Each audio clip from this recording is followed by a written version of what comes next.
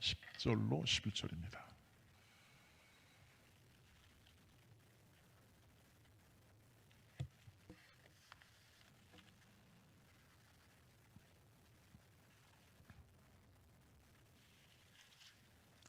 다 같이 읽겠습니다. 시작.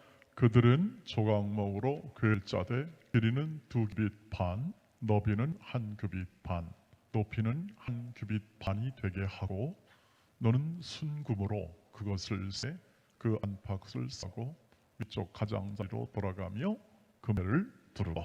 이렇게 두 절을 우리 함께 합독했습니다. 오늘 우리 김성식 선교사님, 우리 러시아 주재 선교사님이시고 아마 가장 이제 러시아에서는 베테랑, 오래되고 베테랑 선교사님이시고 시니어 선교사님이고 거기 모든 일들을 다 지도하고 인도하는 그러한 아주 훌륭한 선교사님으로 이렇게 하나님께서 세웠습니다.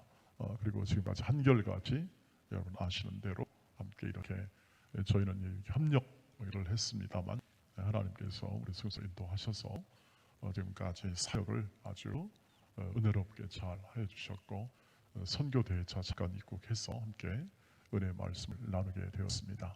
우리 염동종 사모님, 고 기목사님 늘 이렇게 우리 교회에서도 모범을 보여주시고 복음 증거를 위해서 평생 수고한 모든 그 노력과 헌신을 우리 되신 우리 김석 선생님께서 이렇게 훌륭하게 잘 감당하고 있음을 그냥 이렇게 선교 사역으로도 충분하게 이렇게 우리가 본인은 그러한 그 발자취를 확인할 수 있는 정말 좋은 선사님 오늘 함께 말씀을 나누고 같이 나누게 되겠습니다.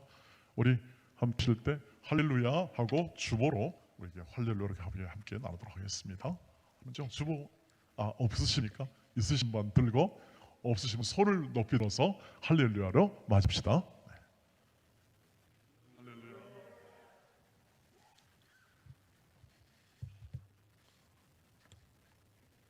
오래간만에 뵙는 것 같습니다. 너무 감사합니다. 코로나 때문에 3년 동안 뵙지도 못했지만 나올 수도 없었고 러시아와 한국의 관계가 아주 삭막할 정도로 나빠지니까 개인들조차도 출국하는데 또는 민간인 항공까지도 끊어지고 여러 가지 불편한 점이 많았었습니다. 그런 가운데서 하나님이 멈출 수 없는 선교를 위해서 하나님이 멈출 수 없는 교회들을 사용하시고 여러분들에게 은혜를 주셔서 함께 이 멈출 수 없는 하나님의 일들을 이뤄나갈 수 있도록 인도해 주신 것에 대해서 너무나 감사를 드립니다. 그러나 한편으로는 저희 교회 모든 성도들이 좀 한 노인분들만 한 서너 명 나오시고 아무도 못 나오고 있어요. 젊은이들, 차이코프스키 음악학교 대학원생들, 특히 박학과정에 있는 아이들이 나서 성경 공부를 하는데 군대들은 갔다 왔고 우리로 말하면 예비군격인 그런 나이대에 있는 애들이기 때문에 전부 다 붙잡혀 갈까 봐 동원령 때문에 지금 타스켄트나 우즈베키스탄이나 키르기스탄 그런 나라로 지금 피해가 있습니다. 그래도 멈출 수 없는 하나님의 일들이기 때문에 계속해서 제가 설교를 해서 계속 메일로 보내는 그런 작업을 하고 있습니다. 너무나 힘든 과정에 저희 개인들까지도 이제 은행에 가면 입출금이 제대로 될 수가 없어요. 여러 가지 어렵고 저도 여기 나오는데 타스켄트 가서 비행기를 무려 혼자서 이보다 더 큰 홀 혼자 깜깜한데 구석에 쭈그리고 앉아서 24시간 기다려갖고 겨우 다른 비행기로 갈아타고 한국에 올 수가 있었습니다. 금년 3월 20일부터 23일까지 평촌에서 새중앙교회에서 세계 선교사협의회 KWMF 입법 총회가 있었습니다. 제가 전 회기 부회장이었기 때문에 입법 총회 또 위원이고 그래서 회의에 참석하러 왔다가 여러분도 잘 아시겠지만 제가 큰 짐을 갖고 와서 집 경찰서 뒤쪽에 집에 갖다 놓는 순간 저희 누님이 나가라는 거예요. 들어오지 말라. 갑자기 그냥 이상 생각이 확 듭니다. 저희 아버님은 살아계실 때도 제가 살던 집이었고, 그런데 나가라니. 그리고 누나가 와서 식구들이 와서 거기 자리 틀고 앉아서 거기서 생활하고 있고, 근데 자기 혼자서 잠 못 자고 힘든 일 겪으면 됐지, 동생이 선교사까지 들어와서 또 그러잖아. 신경 예민해서 잠 못 자는 사람이. 여러분 아시겠지만 저희 어머님이 지금 알츠하이머 치매기가 있지 않습니까? 그래서 5분마다 한 번씩 화장실 들락거리고 5분마다 한 번씩 방들마다 문 다 열고 두들기고 한대요. 저는 부족 소리만 나도 잠을 깨거든요. 못 자거든요. 그러니까 나가라는 거였어요. 그래서 3월 9일 날 입국해갖고 한 달 반 동안 선교대가 열리는 그 평촌 거기서 호텔 잡아줄 때까지 한 달 반 동안을 제가 이 호텔 저 호텔 전전하고 다녔어요. 여러분 홍길동이가 아버지를 아버지 부르지 못한 심정을 제가 이해를 하겠더라고요. 아, 저 내 집인데, 분명히 내 집인데 내가 들어가서 옷도 못 갈아입고 가방 놓고 지금 어쩌다 한 번씩 어머니 다른 데 복지센터에 치료받으러 갔을 때 그때 잠깐 들어서 옷 갈아입고 오고 물건 가져오고 책 가져오고 이런 가운데서 하나님 함께 해주셔서 너무 감사하고, 그러다가 이제 동대문에서 게스트룸에 있다 또 지금은 오산이라는 곳에 어느 장로님이 사업하시는 빌딩에 3층에 마련해준 게스트룸에 지금 출국할 때까지 있기로 하고 있습니다. 너무나 감사하고, 우리 동옥교에서도 여러분들과 같이 계속해서 기도해 주시고 이렇게 협력해 주시고 은혜 주셔서 너무나 감사합니다. 아버지 때부터 저희 어머니까지 다 이렇게 보살펴 주시고 함께 해 주시고 먹여 주시고 우리 교우들 같이 여러 권사님들 함께 해 주셔서 너무나 감사를 드립니다.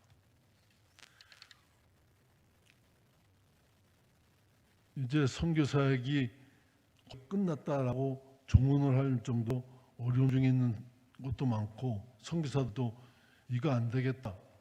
3년 동안 코로나 있으며 교회들이 후원을 끊어버리고 교인들이 안 나오니까 물질이 헌금이 안 생겨.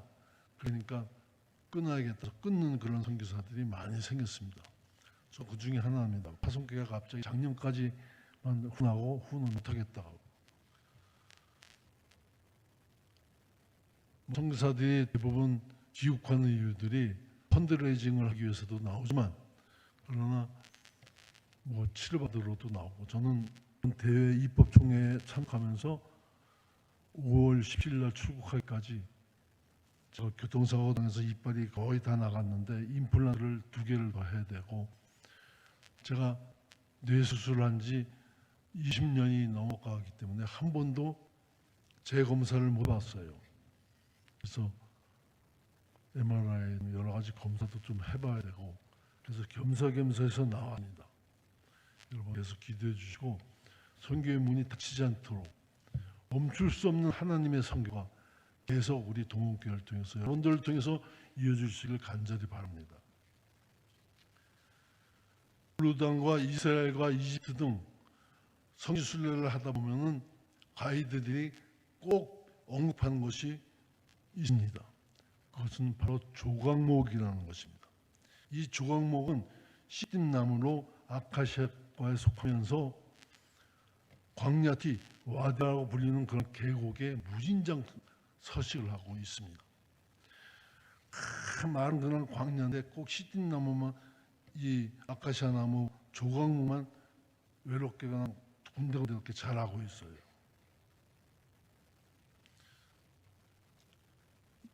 이 조각목은 하나님께서 이 조각목을 쓰시는데 왜 이렇게 볼품없는 조각목을 쓰시느냐?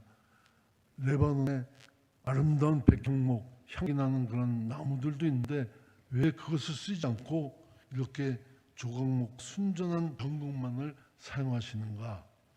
우리가 영적으로 한번 그 의미를 알아봐야 되겠습니다. 조각목은 우선 귀한 나무가 아니라는 것입니다.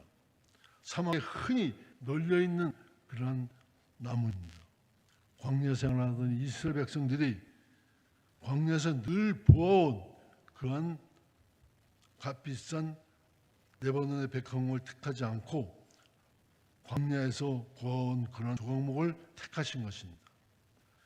이것은 조각목은 우리도 하나님께서 쓰시면은 얼마든지 쓰임 받을 수 있다는 것입니다. 하나님이 잡고 쓰시면은 뭐든지 할 수가 있는 것입니다. 여러분 보세요. 제가 얼마나 나약합니까? 뇌수술 4번이나 했습니다. 처음엔 말도 잘 못했어요. 기절을 했어요. 처치받고 안양에 있는 명학교회라는 곳에 가서 장로님들 부축받고 광대상에 올라와서 설교하는데 처음에 비실비실하다가 올라가다가 설교하는데 그렇게 힘이 나는지 그냥 끝까지 한 번도 쉬지 않고 설교하고 나니까 다들 은혜 받았다고 놀랬다고. 이렇게 얼마나 나약한 사람인데도 처음에 파송받아 가서 7, 8년 동안 파송기 없이 일을 했어요. 그래도 한번 쓰러지지 않고 한번 나약해서 번아웃 되지 않고 못하겠다 다른 나라로 가지 않고 돈 후원하고 많이 주는 그런 파송교회를 어디서 다 나오지도 않고 계속해서 꾸준하게 일한 것은 하나님이 정금으로 감싸 주셨기 때문이라고 저는 확신을 하고 있습니다.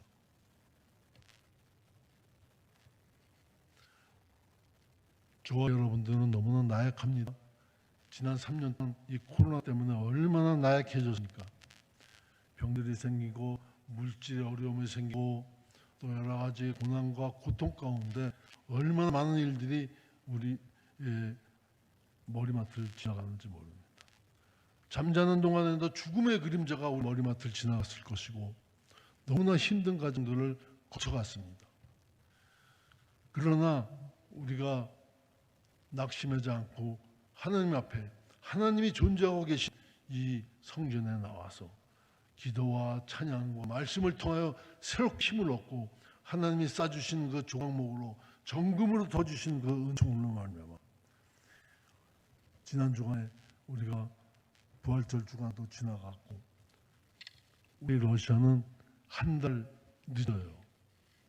크리스마스도 1월 7일이 크리스마스고 한 달 늦는데 저 집사람 혼자 두고 왔으니까 부활절 설교 빨리 보내달라고 그러더라고요. 아차 싶어갖고 이게 한국에만 생각을 했지 제가 그쪽 생각 못해가지고 알아서 하겠지 하다가 급하게 부활절 설교 준비해서 보낸 적이 있습니다. 저희 집사람이 번역을 다 하고 통역을 하고 이렇게 하는데 제가 없으니까 제가 보내준 설교문 가지고 이제 띄워놓고 발송도 하고 하면서 설명을 합니다.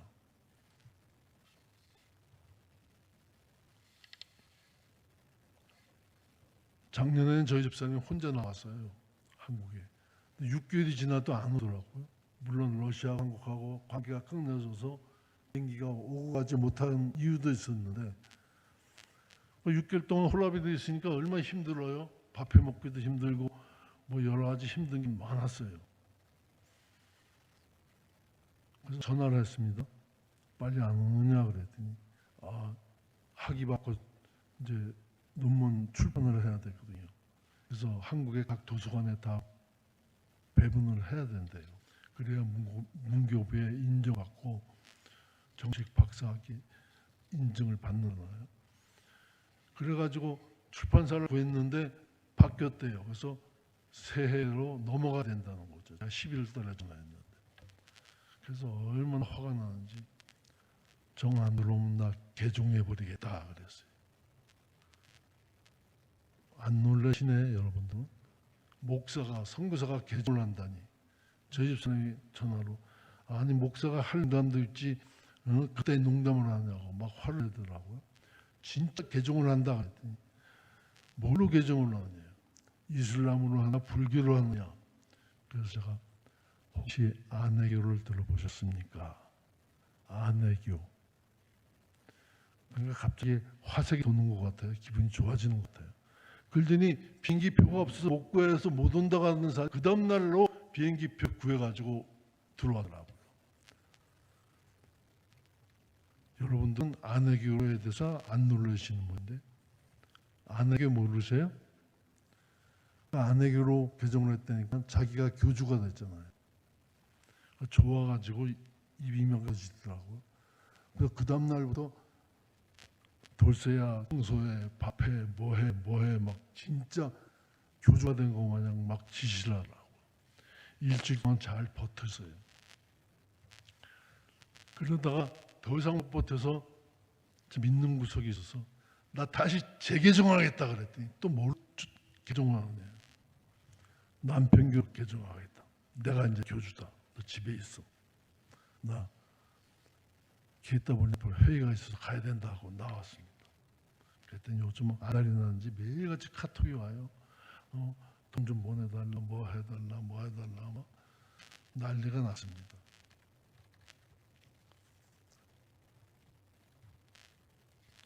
좀 말씀이 딴 데로 왔습니다만 제가 오늘 준비한 영상이 많은데 수요일이고 하다 보면은 뭐 안 될 것 같아요. 제가 오간에 숙소가 게스트룸이 있는데 거기까지 가려면 밤 12시에 도착할 것 같아서 다음 기회에 영상 보여드리기로 하고 오늘 계속 말씀을 나누도록 하겠습니다. 이 나무는 사막의 더위와 추위와 모든 것을 견디며 자란 나무라는 점에 있습니다. 혹독한 역경 가운데서 자란 나무입니다. 하나님은 역경 가운데 훈련된 사람들을 사용하십니다. 바로 여러분들과 같이 지금 한국의 모든 분들이 얼마나 많은 역경 가운데 힘든 과정을 겪는지 모릅니다. 예배 전에 목사님과 같이 잠깐 이야기를 나눴습니다. 목사님, 국내가 더 힘든 것 같아요. 제가 들어보니 그래도 선교지는 여러분들 눈에 안 보이잖아요. 목사님은 날마다 보면 집회 때마다 볼 수 있잖아요. 그러니까 더 힘든 것 같아요. 여러 가지 어려운 일들이.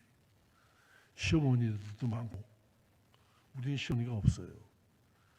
그러니까 자유롭게 마음대로 생활하니까 어떤 면에서 더 편한 것 같아요. 그러니까 국내 목회하는 분들이 더 힘들 겁니다 하고 제가 이야기를 했는데 어쨌든 간에 이렇게 힘든 과정 속에 지낼 때 하나님의 한국교회를 통해서 다시 한번 제2의 부흥이 일어날 줄로 믿습니다. 이렇게 힘든 과정 속에 있는 어려움을 겪은 그런 나무들을 쓸 뿐만 아니라 우리 인생들도 쓴다는 사실입니다. 이 나무는 좀처럼 썩질 않아요. 변질되지 않습니다. 이것은 신앙의 순수함을 나타내는 것이라고 볼 수 있습니다. 끝으로 이 나무는 그런 강한 면이 있지만 잘 구부러집니다. 잘 부러져요. 그래서 오늘 본문에 나오는 앞뒤 문맥을 쭉 살펴보면 하나님께서 이 조각목을 쓰시는데 강대상뿐만 아니라 기둥과 모든 성전에 필요한 중요한 곳에 이 조각목을 쓰시는데 조각 내서 쓴다는 말인가. 그 말은 잘 부러지니까 그렇게 조각 낸 것들을 이어가지고 거기에다 정금으로 뒤집으시고 순금으로 덮어서 썩지 않도록 그렇게 만든다는 것입니다. 우리같이 약하고 약점 많고 흠 많은 병든 아주 필요없는 저희 존재 같은 사람들도 하나님께서 우리를 거두어 들이시고 우리를 안고 우리를 정금으로 싸매신다면 정말로 성전에 여러 곳에 쓰이는 그런 중요한 도구들이 된다는 것을 말씀을 하고 있는 것입니다.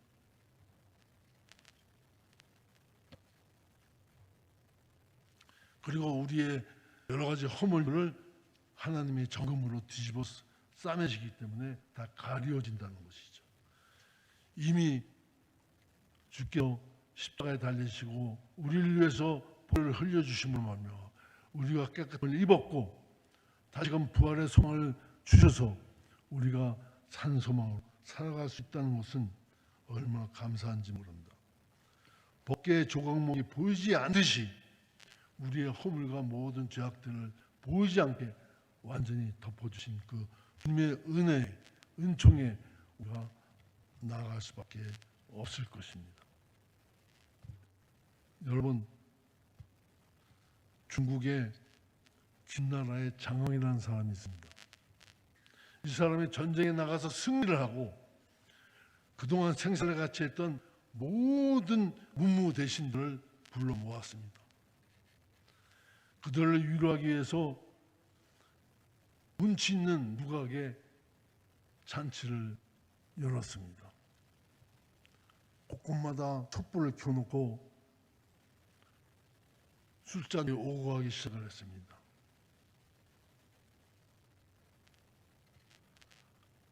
임금 옆에는 총애받는 미희라는 여자가 앉아 있었습니다. 밤은 깊었고 이제 연애는 무르익어 갔습니다. 참석한 여러 대신들이 마신 술 기운이 점차 취기가 올라 있었습니다. 그런데 갑자기 광풍이 불기 시작하면서 누각 안에 있던 모든 촛불들과 횃불들을 일시에 다 꺼버렸습니다.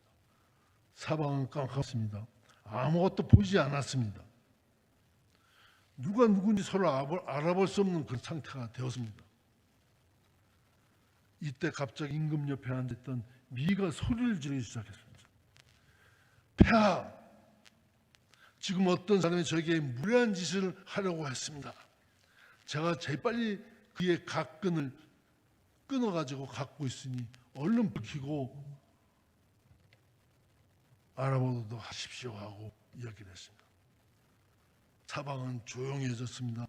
어느 누구도 입을 열 처지가 되지 못했습니다. 미로부터 끈을 뜯긴 사람이 틀림없는 범인이었습니다. 감히 누가 임금이 총애하는 그러한 미에게 무례한 짓을 수 있었을까요? 당장 불을 밝히고 이 무례한 놈의 목을 벨 수 있는 그런 긴장된 순간이었습니다. 그때였습니다. 장왕이 소리쳤습니다. 불을 켜지 마라. 어둠을 가르며 장왕의 단언수가 들려왔습니다. 그리고 그는 신하들에게 이렇게 명령했습니다.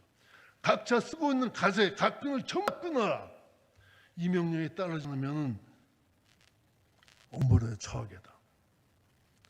그래서 철영지정이라는 이 말은 각근을 끊도록 명령했다 하는 그런 뜻입니다. 이 지엄한 명령을 누가 어기겠습니까? 모든 신하는 스스로 자기의 각근을 끊어버립니다. 그리고 나서 불을 켜도록 했습니다. 이제 그 연회에 참석한 모든 신하는 하나같이 각근이 끊어진 갓을 쓰고 있었습니다. 이제 연회 누가 감히 미에게 불손한 행동을 했는지 아무도 모르게 되었습니다. 그리고 세월이 흘렀습니다. 장왕에게도 위기가 닥쳐왔습니다. 다음 전쟁에서 완전히 패했습니다. 평소 충성했던 신하들도 하나둘씩 그의 곁을 떠나갔습니다. 많은 사람이 울면서 떠나갔습니다.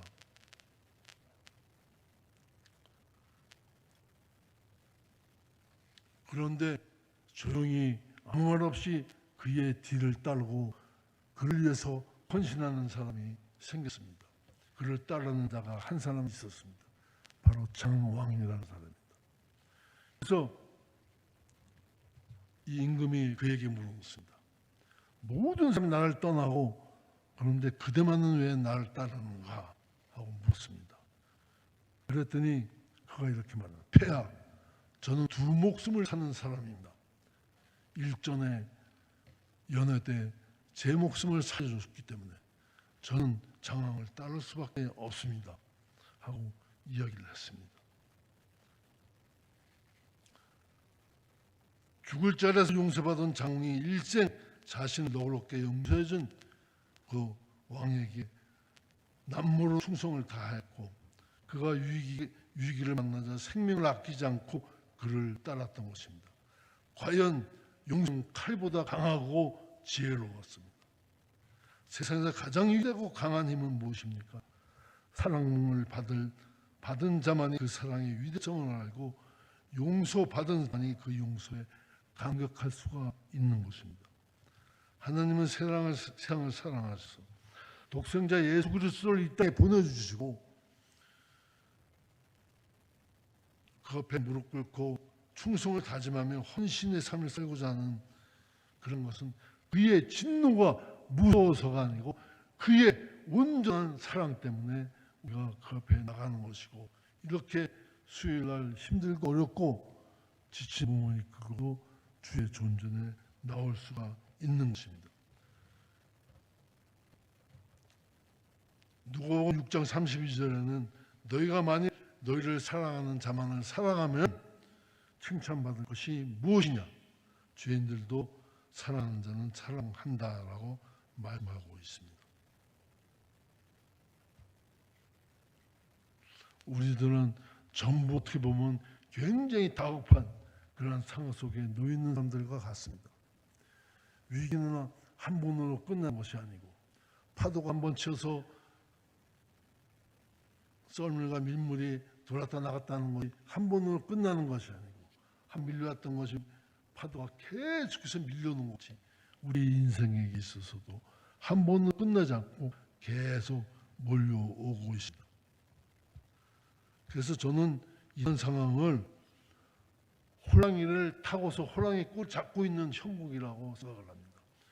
제가 다른 열심히 한 선교사들 같이 큰 사역을 못하고 여러 가지 훌륭한 일들을 못했지만, 그래도 내가 끝까지 그걸 놓지 않고 붙잡고 있겠다고 하는 호랑이 꼬리를 잡고 있는 형국이었더라고요.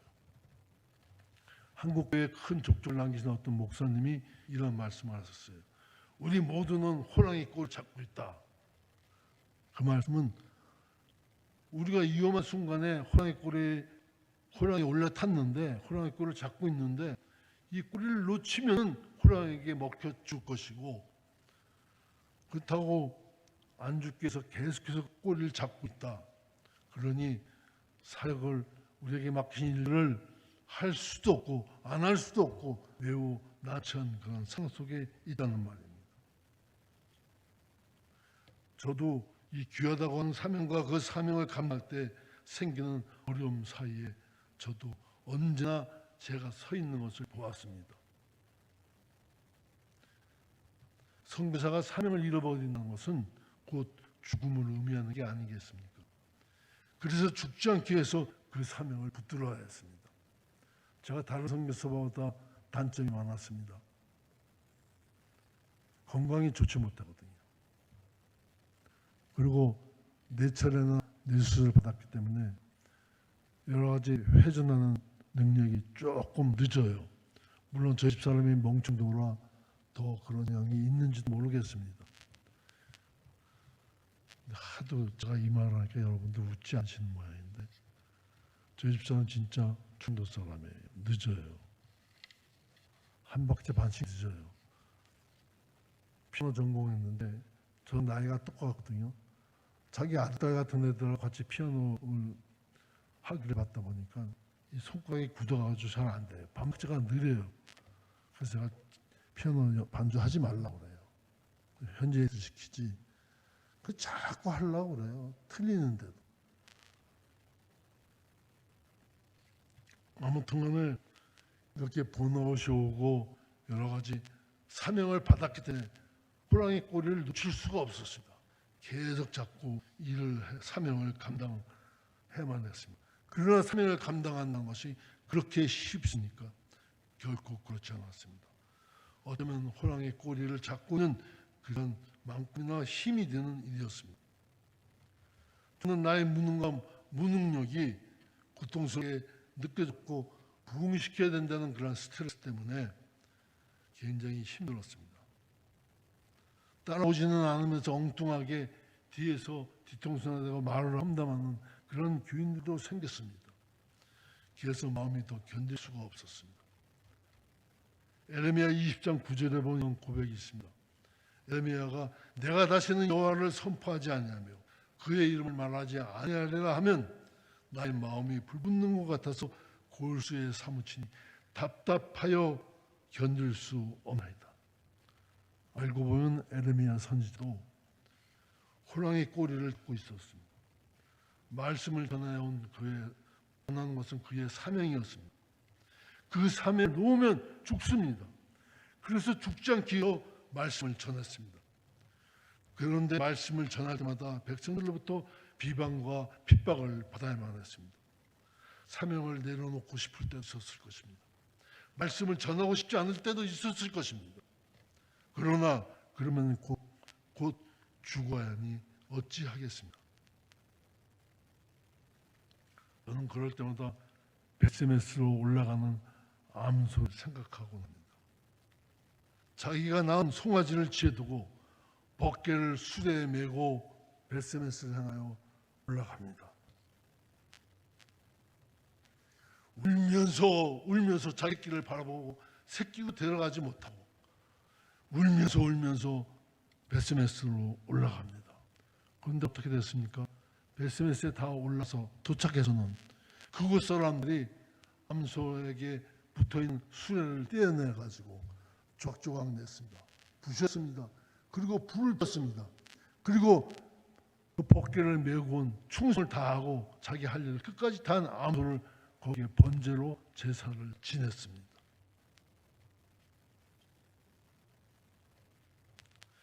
자신의 생일을 하나님 드리는 제사로 여겼던 사도 바울은 말년에 고백을 했습니다. 오늘 본문 말씀과 같습니다. 자신의 생일을 번제와 지내가 벌써 부음이 되고 나의 떠날 기약이 다가왔다. 나는 선함을 싸고 나의 달려갈 길을 마치고 믿음시켰으니 이제후로는 나를 위하여 멸관이 예비되었으며 주 곧 의로우신 재판장이 그날에 내게 주실 것이며 내게만 아니라 주의 나타나심 사모하는 모든 자들에게도 이니라. 사명을 지키는 일이 선한 싸움이었고 빨리 달려가는 경주에게 한없이 버거운 일이었지만 오직 후에 있을 멸류관을 바라볼 때 보람되지 않았겠습니까? 호랑이 꼬리를 잡듯이 말씀과 찬양과 기도를 붙들고 사명을 붙들면서 이것을 놓으면 죽는다는 각오와 결심을 해야 할 사람이 비단 우리들 뿐이겠습니까? 가정에서도 또는 여러분 직장에서도 사회에서도 국가에서도 교회 안에서도 이와 똑같을 것입니다. 힘들더라도 놓지 말고 더욱 힘있게 붙들고 나아갈 때 생명을 얻고 멸류관을 얻을 수 있기에 오늘도 우리는 자각을 해봅니다. 우리는 호랑이 꼬리를 잡은 사람들이라고요. 기도하겠습니다. 하나님 아버지 은혜 감사합니다. 베스메스로 올라가는 사명을 다 감당한 암소같이 울면서 이 어려운 시기를 넘어가고 있는 우리 동네 모든 사랑하는 주의 백성들을 불쌍히 여겨주시고 긍휼히 여겨주시며 아버지 하나님 사명을 붙들고 오늘도 주의 전전에 나와서 말씀과 기도와 찬양을 아버지 하나님 때를 놓치지 않으라고 아버지 하나님 감당할 수 있도록 은혜 주신 것 감사합니다. 아버지 저들에게 더욱 힘을 주시고 능력을 주시고 하나님의 아버지 하나님 끊을 수 없는 그 사랑과 은혜와 은총이 아버지 하나님 날마다 더해지게 하여 주시고 아버지 하나님 참 멈출 수 없는 하나님의 일들을 위해서 저를 더욱 사용해 주시고 저들이 더욱 굳건히 그 사명을 붙들고 나아갈 수 있는 놀라운 은총들이 넘쳐나게 하여 주시옵소서. 변하지 않고 성교제를 위해서 기도하고 후원하고 기도하며 아버지 정성을 쏟은 저들에게 아버지 하나님 귀한 것들로 갚아주시고 더 큰 것들로 갚아주시고 더 큰 은혜들로 채워주셔서 더 큰 아버지 하나님 선교와 전도에 아버지 하나님 더욱더 사명 감당할 수 있는 우리 동원교회가 되도록 복해 주시옵소서. 예수님의 이름으로 감사하며 기도합니다. 아멘.